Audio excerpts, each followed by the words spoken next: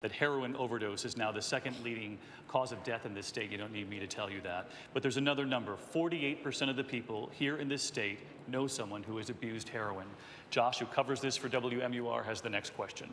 You're all aware, candidates, that this is a major problem here in New Hampshire. It's a very deadly problem as well. Last month, New Hampshire Senators Kelly Ayotte, Republican, and Jeanne Shaheen, Democrat, they went down to Washington along with the police chief of the state's largest city to testify before the Judiciary Committee in D.C.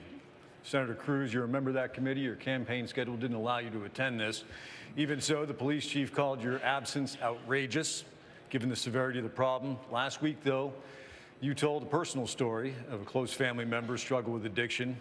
What can you say to law enforcement right now to convince them that you understand the severity of this problem and you're not just saying what people want to hear days before the primary? Well, Josh, as you noted, this is a problem that, for me, I understand firsthand. My older sister, Miriam, who was my half-sister, struggled her whole life with drug and alcohol addiction. My father and her mom divorced when she was a little girl, and she was angry her whole life. And she ended up marrying a man who'd been in and out of jail. She then became a single mom, and she herself went to jail several times, and she ended up spending some time in a crack house. I still remember my father and me driving up to get Miriam out of that crack house to try to convince her she needed to be a mom to my nephew Joey. She wasn't willing to listen. She was not willing to change the path she was on. She was angry. I had just gotten my first job coming out of law school. I took a $20,000 loan on a credit card to put my nephew Joey in Valley Forge Military Academy. He was in 6th grade at the time, to pay his way through that. And about 5-6 years ago, Miriam died of an overdose. It was, the coroner ruled it accidental. We don't know. She went to sleep one night, had taken too many pills, and Joey walked in and found her dead. This is an absolute epidemic. We need leadership to solve it. Solving it has to occur at the state and local level with programs like AA and counseling and churches and charities, but it also has to occur securing the borders, because you've got Mexican cartels that are smuggling vast amounts of heroin into this country.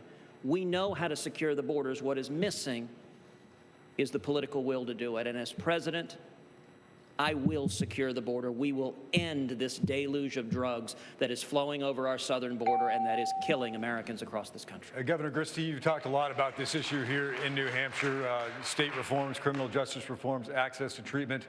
To Senator Cruz's point, let's take it a step further. Would you be willing to engage in cross-border enforcement into Mexico, the place where law enforcement here in New Hampshire has traced a lot of this supply back to? Would you engage in cross-border enforcement without the cooperation of the Mexican government? Of course I would. As a former United States attorney who spent 7 years of my life fighting this on the streets of my state, I would do that. But we need to do more, and let me tell you what we've done in New Jersey, Josh. We're working with the folks in New Hampshire in their legislature right now to show them how we're helping to solve this problem in New Jersey. Not just for this campaign. 3 years ago, I proposed a law that we signed into effect, which said that anyone who is a nonviolent, non-dealing, first-time drug offender no longer goes to prison in New Jersey. They go to mandatory inpatient drug treatment. What's happened is crime has gone down 20% in those 3 years. The prison population has gone down 10%. We've now closed the state prison, and we're turning into a drug rehabilitation facility so people can get the tools they need. Listen, everyone out there knows this in New Hampshire. This is a disease. It's not a moral failing. It's a disease, and we need to give people the treatment they need. And let me tell you why. Because I'm pro-life. And I'm pro-life not just for the 9 months in the womb. I'm pro-life for when they get out, and it's a lot more complicated. 16-year-old heroin-addicted drug girl on the floor of the county lockup. I'm pro-life for her life. The 42-year-old lawyer who's taking OxyContin and can't get out of bed and support his family. I'm pro-life for his life. Every one of those lives is an individual gift from God. And the last thing is this.